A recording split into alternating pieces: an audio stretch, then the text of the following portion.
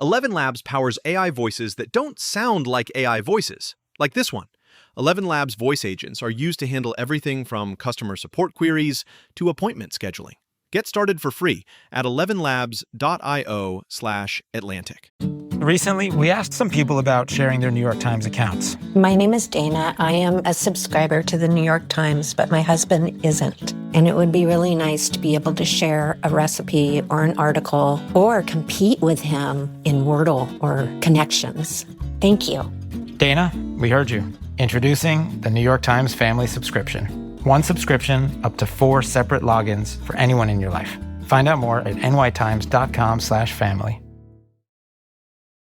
Pornography.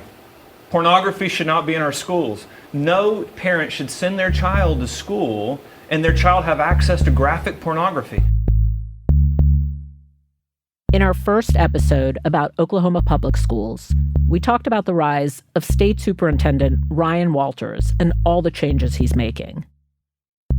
In this year's new curriculum, he added dozens of references to Christianity, an instruction to high school history students to identify discrepancies in the 2020 election, although those standards have just been paused for now by the Oklahoma Supreme Court. Walters announced an ideological purity test for some teachers coming in from out of state. And he tried to make sure that certain books were not on the shelves. Hey, when we send our kids to school, we are not expecting them to be able to check out a book from the library that's got explicit pornography in it. Right. And unfortunately, this is a tactic we've seen of the far left. We also talked to a pair of former students of Coach Walters, that's what they called him, who described him as an exceedingly cool history teacher, a secret Democrat, one of them had guessed. His whole thing about wokeism, I truly don't understand because he was woke. He was woke. So we went to Oklahoma City to interview Walters and try to square this circle. I'm Hanna Rosin. This is Radio Atlantic. In this second of a 2-part series about Oklahoma public education, an interview with Walters about what he's up to. Also about that weird scandal we mentioned at the end of the first episode, where 2 state Board of Education members said they saw naked women on a TV in Walters' office. Turns out that it wasn't really a scandal, but the way Walters handled it revealed maybe a bigger problem for Oklahoma public schools. The actual thing we should be calling the scandal. We'll get into it later. How are y'all doing? Hey, how are you? Ryan Walters. Nice to meet you. Nice to meet you. Janae, very nice to meet you. Oh man, that's a nice looking microphone right here. Is this my coffee? Arriving at Ryan Walters' office earlier this summer was not like arriving at the office of a guy who's in charge of a state school system. We were greeted by 2 staff members who had come from other states to work for him. Walters has a reputation in young conservative circles as an exciting person to work for, someone who was going places. He'd already teased that he was considering a run for the governor of Oklahoma. And despite being at the center of an awkward scandal at the very moment we arrived, Walters' energy when he greeted us was the opposite of awkward. I am easily a pot and a half of coffee a day. Pot? Oh yeah. I do have my blood pressure checked. I'm that goes back to my teaching days. I would set it every morning. When I rolled in at 6:30, it was pre-made there. Room smelled like coffee. My kids would come in for tutoring before school and they go, "It already smells like coffee." I'm going, "It's already made, guys. It's ready to go." Speaking of Walters' teaching days, I started by asking about his time as a history teacher. He said he doesn't think he's changed since then. So I was trying to figure out, did he just have different rules back then? Like he used to not think it was okay to talk about Bibles in class, but then he changed his mind? Being a Christian and a teacher, how did you manage that in public school? Like, did you have rules for yourself? There are things I can mention and can't mention. I'm not going to talk about the Bible. I'm not going to talk about my own faith. Like, what were the lines that you drew as a teacher? Yeah, great question. So I taught history and government. So one of the things I always tried to make sure that the kids knew is, first of all, I didn't ever, my kids, it was always an ongoing debate of, what is he? What is his political beliefs? And I would always tell them, I'm not going to talk about mine here in school. I'm not going to talk about those things. I'm going to tell you, this is what some folks believe. Here's what other folks believe. Here's the sources. sort through it, figure it out for yourself. Now, look, hey, we had a Bible in the classroom. We talked about the role the Bible played in American history. It was always done in an academic setting. It was always done in its historical context. I wasn't pushing religion on the kids. I wasn't pushing a political belief. And like I said, the kids always, who'd you vote for? Who do you do? And I go, guys, I don't care to, I'm not trying to keep it from you. I mean, I'll talk about it somewhere else. You'll know if your parents talk to me, out at a restaurant or something, I don't mind that. But when we're here, I'm talking about academics. We're going to talk about a lot of people believe different things, and I want you guys to hear all of that, and you guys come to your own conclusion. Mm-hmm. And why? Like, why was it important not to talk about things in the classroom? Well, now I will say we talked about things. Now, to talk about your own personal beliefs. I felt like that was incredibly important when you're talking about. Hey, we'll talk about every political issue. We'll talk about all of it. But I wanted them to know you're going to get all sides. You're not going to have a teacher that's going to come in and go, this is the side you should believe. Mm-hmm. My beliefs are separate from this. You're going to come in. I'm going to give you the best education I can, and I want to see you come to your own conclusion. People believe different things. You're going to get all sides. That is a very open-minded approach, which does not at all square with what he's done as superintendent. In an interview once, Walters said, "If you're going to come into our state, don't come in with these blue state values." And then, right before this school year started, he announced he would administer a kind of purity test to some new teachers coming from out of state. Oklahoma schools, he said, will not be a haven for woke agendas pushed in places like California and New York. If you want to teach here, you'd better know the Constitution, respect what makes America great, and understand basic biology. So you recently talked about, you called it either an ideology test or a certification test. Mm-hmm. What's the purpose of something like that? Right. Yeah, absolutely. So the purpose is listen, it's not complicated for us here in Oklahoma. There's two genders. There's male and there's female. There's not 27. There's not gender fluidity. That's not something that we want left-wing activists pushing on our kids. Mm-hmm. So when I see a state like California come out and say, no, actually, every teacher, we're going to teach it that way. That's going to be a demand, came from the governor himself. That's what we're going to teach. Okay, well, our standards say otherwise. Mm-hmm. So if you're going to come into our state and teach, and we are recruiting heavily. I've recruited more teachers to our state than ever before in history. We had the biggest signing bonuses in the country to bring teachers here. Mm-hmm. We put teachers on a path to merit pay where they can make six figures in the classroom. Got 1,000 teachers on track for that. So we are very excited to have the top educators in the country right here in Oklahoma.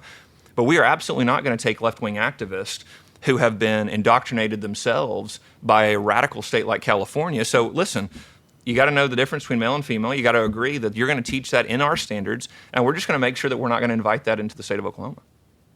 So if Walters thought that way about gender, how was he going to handle sexuality? Now, I'm going to ask in a pretty simple way. Let's say I'm a gay parent, and I don't have any particular ideology.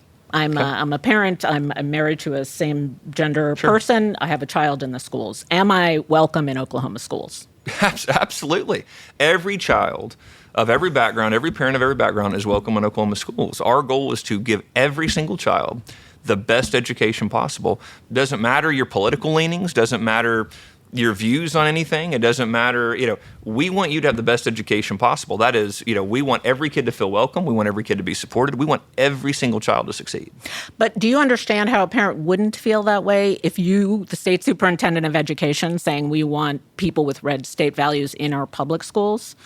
Do you see how a parent would feel unwelcome in a school like that? No, I don't. We've been very clear of what the vision is. The vision is everyone should agree on this, and I do. And I get people all across the political spectrum. I had Democrats grabbing me all the time on the campaign trail. They may not agree with school choice. Mm-hmm. They might not agree with everything, but they go, you're 100% right. We should get schools back to teaching the basics. We should all be able to agree on that. Mm-hmm. And it is unfortunate that we've got one party that says, the Democrats have said, schools are a weapon to be used to push our ideology on kids. They have a political agenda. Our goal is to take that political agenda out. That is what red states, it's what red governors have been doing. Mm-hmm. And that's what we've been leading the charge on to say, no, this is the vision. Everybody should be able to agree on this, frankly. So in your view, it's exclusively the left that has politicized the schools? Absolutely. Absolutely. Interesting. I mean, there was a whole period of when there was a Republican agenda to take over state school boards and think about schools. Sure. But to you, that was all responsive. the way you think of it. Absolutely. The teachers' unions have run our schools. The federal Department of Education have run our schools since 1979. They've weaponized the federal government to push an agenda. And listen to the Republican position. It has been, get back to the basics. Get back to teaching a love of the country's values. It's always with a critical eye. It's always, hey, we want you to do a deep dive into everything. Again, you notice everything, if you look through our standards, we added more about what happened to the Native Americans. We added more about the Tulsa Race Massacre. Hey, we want kids to know the times we didn't live up to our values. That's very, very important. And frankly, as a history teacher, you learn from American greatness and those exceptional times throughout our history. You also have to look at the times we didn't live up to those things, and you have to look at that with an honest eye. And you mean that sincerely?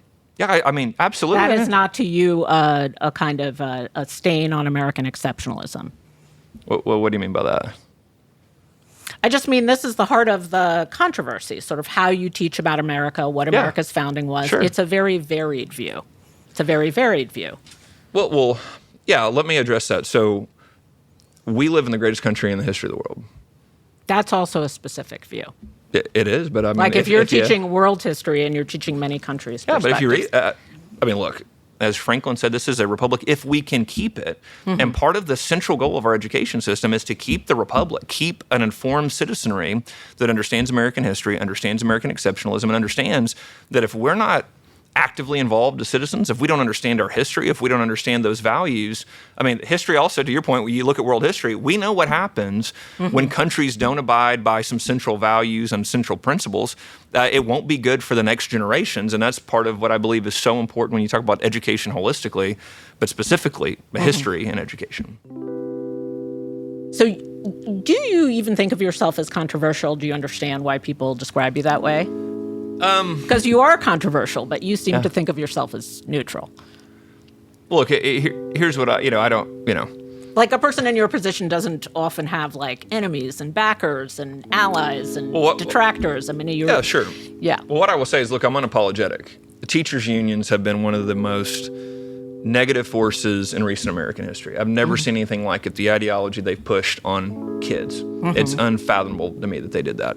So, yeah, I went to war with a group that has an unlimited amount of money, nearly an unlimited amount of political power, that had bought off so many elected officials, that have bought off so many different interest groups.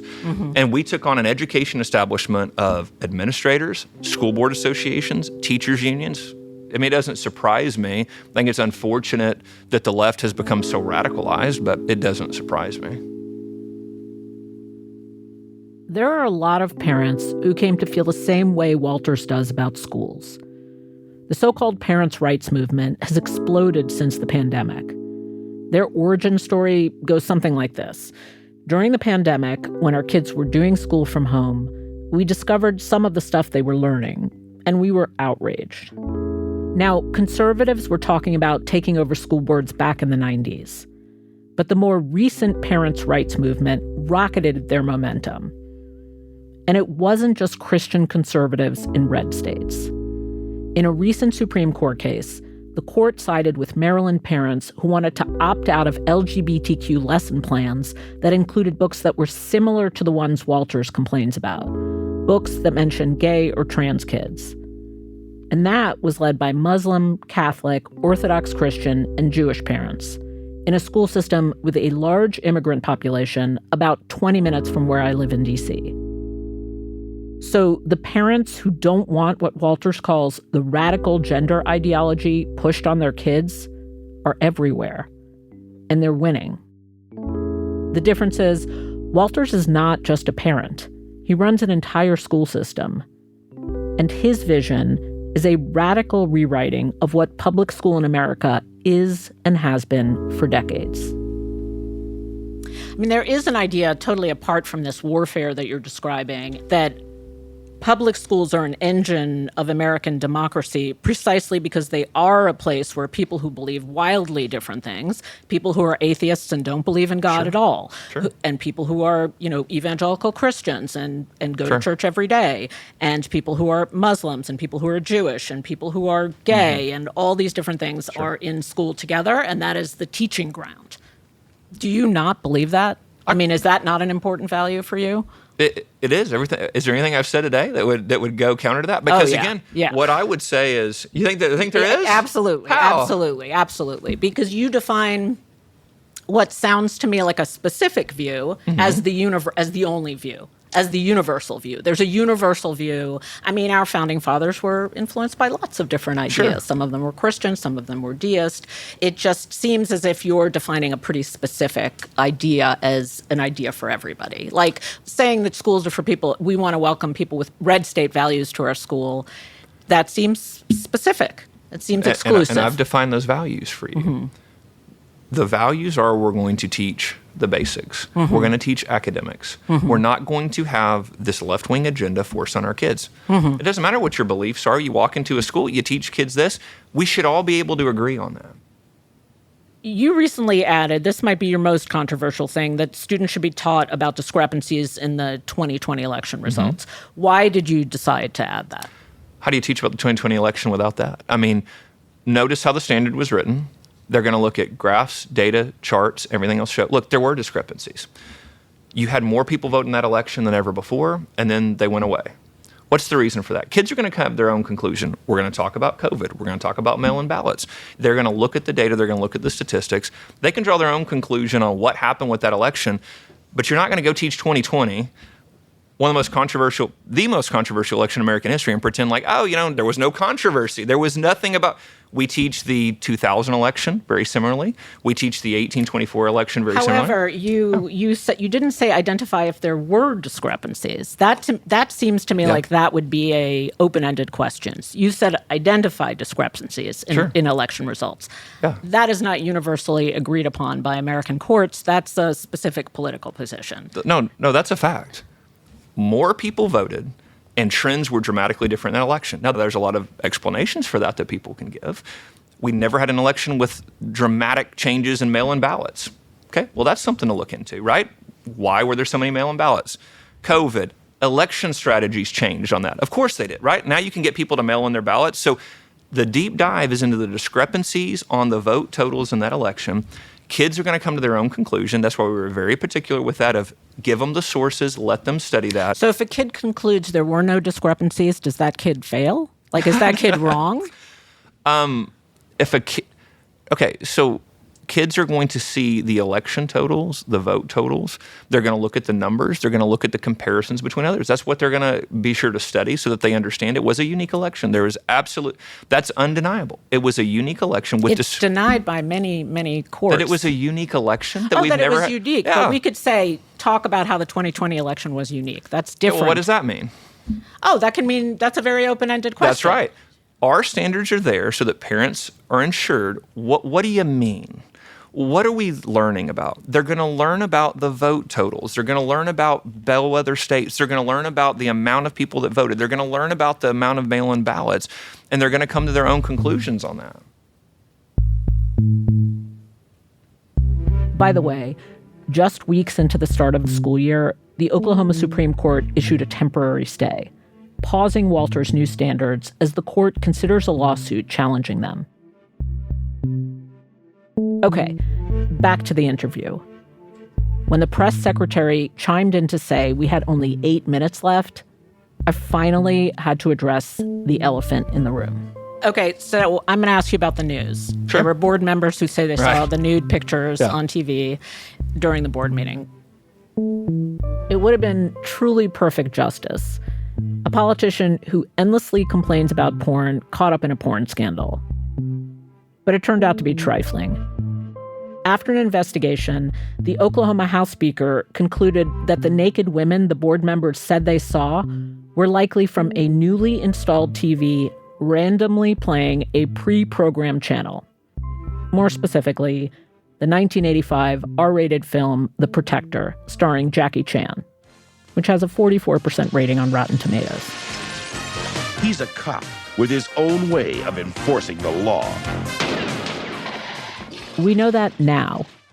We did not, however, know any of this at the time we were in his office. Back then, Walters could have said he himself was confused, that it was a new TV, or no comment. Instead, the day we interviewed him, he chose this path. Yeah, they're outrageous liars. And we're about to be able to show that. We just had 2 independent investigations to show that. So it shows you the lengths at which they will go.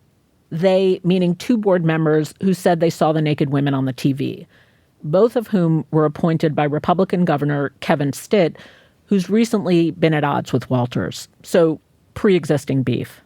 This whole concoction was done to try to stop a board meeting where we were approving a new private school that has American values that they tried to stop in the board meeting. They then tried to hijack the board. They tried to hijack the agenda, the vote, everything else. It became this huge disruption. And then they concocted this to come up with it the next day to try to further disrupt the work we're doing here. So wait, you're saying there was no pornography on the TV?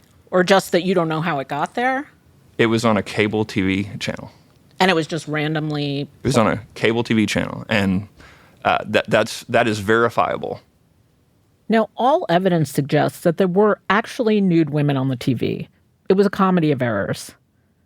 But because local schools are the latest live battlefield in our ongoing civil war, we got flamer language, investigations, and a fight over nothing.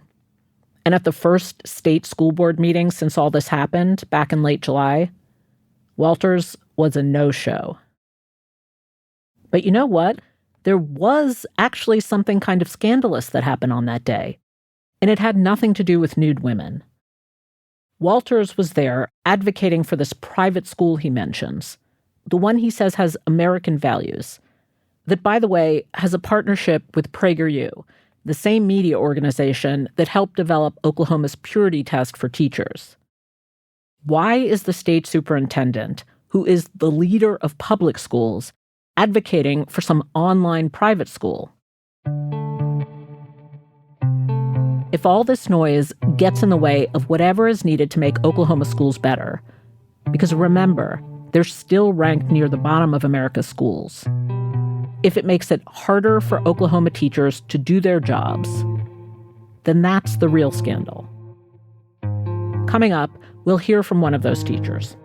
Honestly, I think the debate just comes down to, is me compromising, in my view, certain levels of my integrity a couple of times a year worth doing the job that I love? That's after the break.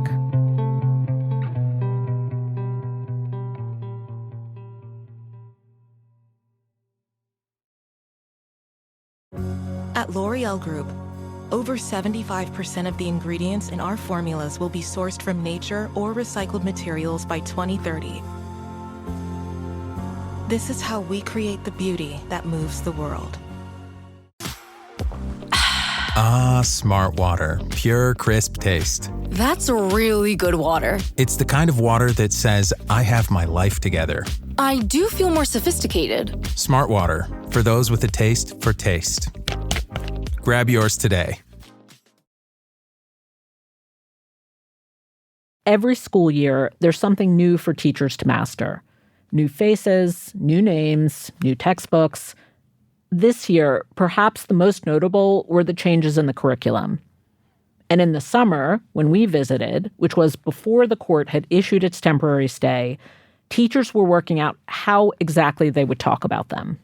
These are the ones that were added in by Ryan Walters, were identify discrepancies in 2020 elections results by looking at graphs and other information, including the sudden halting of ballot counting in select cities and key battleground states, the security risks of mail-in balloting, sudden batch dumps, an unforeseen record of number of voters, and the unprecedented contradiction of bellwether county trends.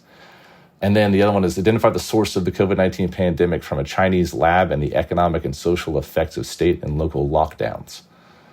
Ooh, that's real specific, both of those. Yeah, they are. I mean, correct me if I'm wrong. They are the things that the My Pillow guy talks about, or at least some of the things he talks about. Anyway, this is Michael, a social studies teacher at a public high school in Oklahoma. We're only identifying him by his first name because he loves teaching and he wants to keep his job. And that's the problem. Remember Summer Boimier, the teacher from episode 1 who put up a QR code to the Brooklyn Public Library? Like Boimier, Michael was also concerned when the state started auditing books in the classroom a few years ago. But whereas Boismier resigned and ultimately had her teaching license revoked, Michael chose to bite his tongue and stay.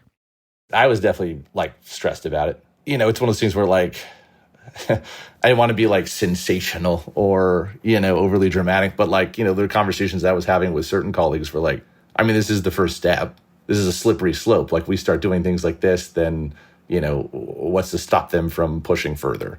These standards and things that we're talking about in Oklahoma, they're really worried about this, woke left-wing indoctrination of America's children. And it's one of those things that's okay, sure, you could maybe point to a couple of places that might be happening.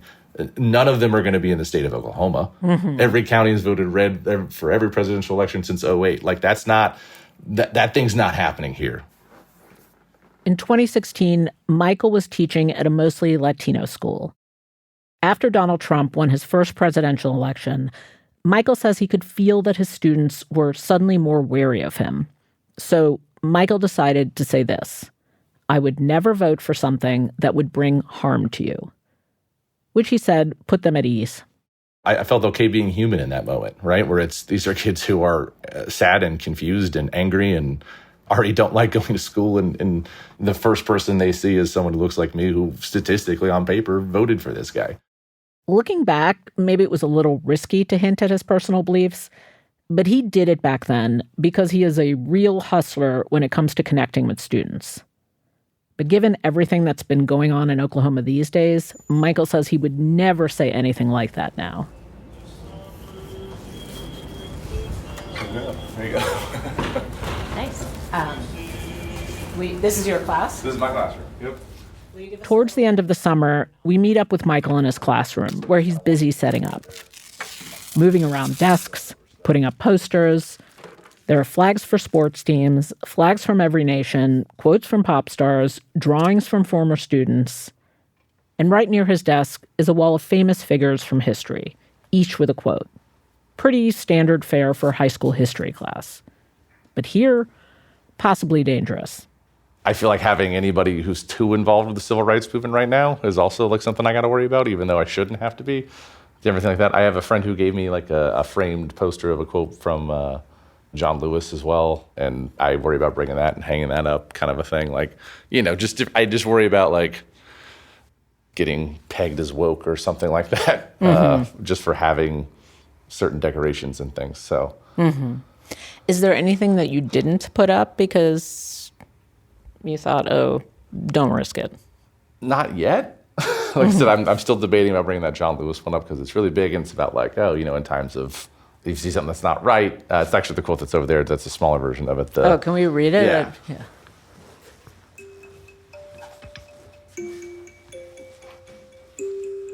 When you see something that is not right, not fair, not just, you have to speak up, you have to say something, you have to do something.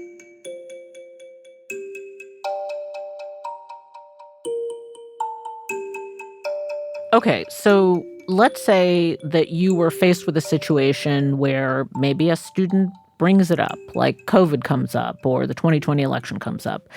How would you actually go about this? How would you handle this as a teacher? I would say the state standards say that this is the case, and that's what the state standards say. You would? That's how you would do it? I feel like I would try to convey, yes, that this is what I would say I'm required by law to tell you that this is what this says. And then just kind of leave it at that. Because if I hesitate, if I say, at least in the point I'm in right now, I'm still kind of probationary. So one slip up means I can lose my job. Mm-hmm. Once I get career or tenure, I'll be good. But I think this next year, if something like that comes up, that's going to be how I have to handle it. And again, I'm being muzzled and hamstrung and kind of doing this. I'll lose sleep over it. But this is what I got to do to keep doing what I want to do, even if it goes against everything I feel. Mm-hmm. So how does that feel? Awful. Yeah. Just really stressful. And I don't know, I pride myself on being an honest person. I pride myself on being transparent and not really lying and definitely all kind of stuff. And this feels like a cop-out. And it doesn't feel like it. It is. And that feels bad. And at a certain point, I'm going to have the conversation with myself, is that worth it? Do you think you have, I mean, it sounds like you're really thinking about this and you've made your compromise for the moment. Do you have a line or a rule for yourself where it's like, Michael, you can't do this anymore? Like, have you ever in your head played out a scenario where, like, this and no more?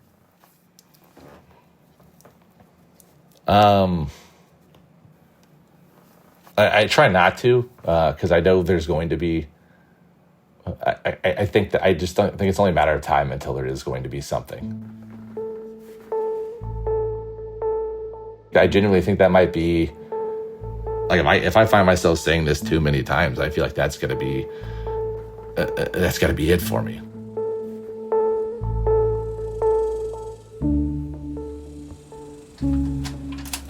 Hi. Come on in. Nice to meet you. Nice to meet you. Hi, Hanna. Hi, Janae. Hi, Janae. Nice to meet you. Nice to meet you as well.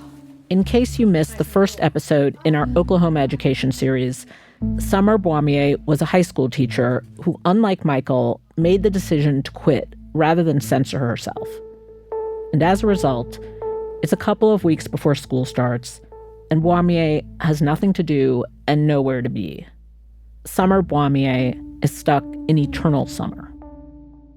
After the State Board of Education voted to revoke her teaching license, Boismier moved back home to Oklahoma to her mom's house, which is so neat. Like, even a pile of paper napkins from Jersey Mike's, takeout a few weeks ago, is stacked on the kitchen counter with military precision. Signs, painted on wood, hang over everything. This house is a home. Bless this kitchen. Let all that you do be done in love. They are relentlessly upbeat. Boismier is not. I guess the best way I would describe it is it's a bit of a lost feeling. It's just, I don't know, I feel like a guest kind of in someone else's space, even though, this is my home. Like, this is where, like, I lived before I went to New York, for example. It still feels very temporary, very strange. Like, I have not unpacked. Boismier says she's applied to more than 300 positions with 0 offers. Unclear why. It could be because of the way she lost her teaching certificate, all that controversy. She calls herself educational kryptonite in the state of Oklahoma. She's asked a judge to restore her teaching certificate, but that's just more waiting. So Boismier spends most of her days pacing around her mom's house, sleeping in the guest bedroom with a broken TV and a useless winter coat hanging on a hook. Everything else from her entire adult life is still in boxes, nearly all unopened. Dishes, towels, silverware. Everything else is still pretty solidly encased, and I'm a little scared to touch it. Why are you afraid to open any of them? That's a great question. I think for me, if I open the boxes, it means that I'm finished. And I think that scares me, that sort of voice in the back of my head of, I need this to matter. Mm-hmm. And to me, I'm at a spot where I'm not sure that it does. Where are all your books? Because you had described having 500 books. Where are they? My books are currently boxed up, just as they've been since 2022, in the back of my mom's storage shed.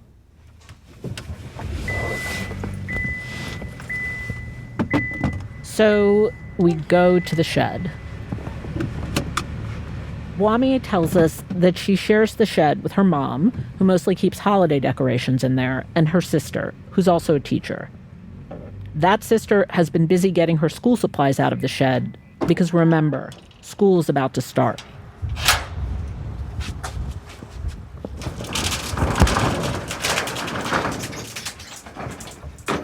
Whoa. All right. So give us the audio tour guide of what is here. Sure. So pretty much everything at the back of the storage shed, so all these boxes that go almost all the way up to the ceiling, that's my classroom. The storage unit is crammed with sparkly wreaths and smiling elves. And there's a small path to the back. Let's see if I can climb back in here a little bit. This rocking horse is not in a great spot. And then there they are. The 500 books that used to live in her classroom. The Fault in Our Stars, The Hate You Give, The Twilight Saga, which might or might not be on some banned books list that doesn't exist or offend someone's parents.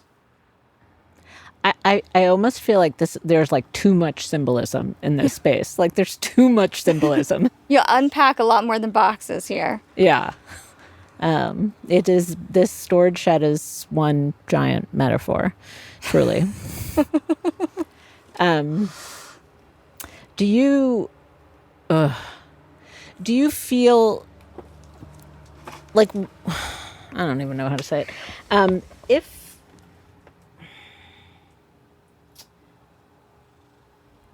If these books stayed in here forever, what would that mean to you? If the books were back in a classroom, but no, I mean, forget the books. Or if they stayed here, all of it, like if it didn't change anything. So I can't undo what I did or did not do. Mm-hmm. But at the end of the day, if I'm really truly being honest, I hope it matters. I hope it makes a difference. But I don't regret it. Mm-hmm. I just regret that I had to do it at all. Mm-hmm.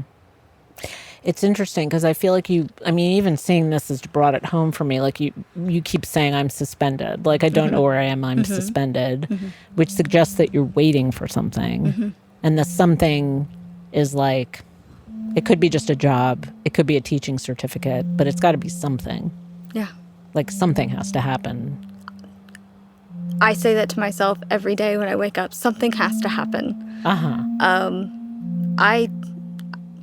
I really hope it does.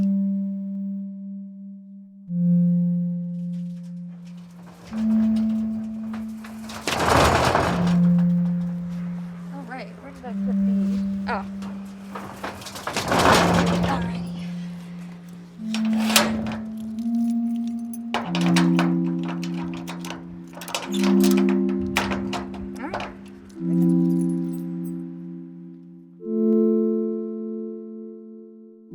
Oklahoma kids started school a few weeks ago. So far, Michael says things are going well, that his students this year are extremely polite, which he says is a nice surprise and a little weird. Boimier is still at her mom's house. No job offers. Last week, Ryan Walters ordered that all public schools observe a moment of silence in honor of the death of Charlie Kirk. The State Department of Education says it's investigating claims that some districts did not comply. And then, just a couple of days ago, Walters announced a plan to create chapters of Turning Point USA, the conservative organization co-founded by Kirk, at every Oklahoma high school. That ideology test for teachers that Walters promised, it came out in late August. And right at the top, what is the fundamental biological distinction between males and females? Why is the distinction between male and female considered important in areas like sports and privacy? The test questions in general got a lot of press, unlike the kind of questions that Walters' opponent raised in the state superintendent race about teacher retention, career readiness, and food insecurity.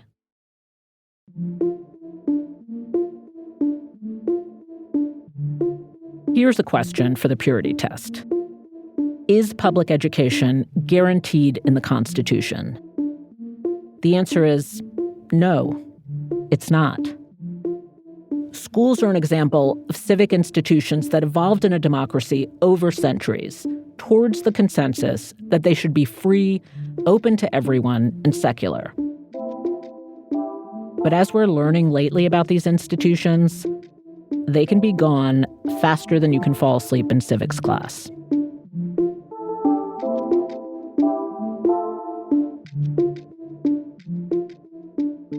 This episode of Radio Atlantic was produced by Janae West with help from Rosie Hughes. It was edited by Jonathan Menjivar and Claudine Abade. Original music and mixing by Rob Smirsiak, fact-checking by Will Gordon. Claudine Abade is the executive producer of Atlantic Audio, and Andrea Valdez is our managing editor. I'm Hanna Rosin. Thank you for listening.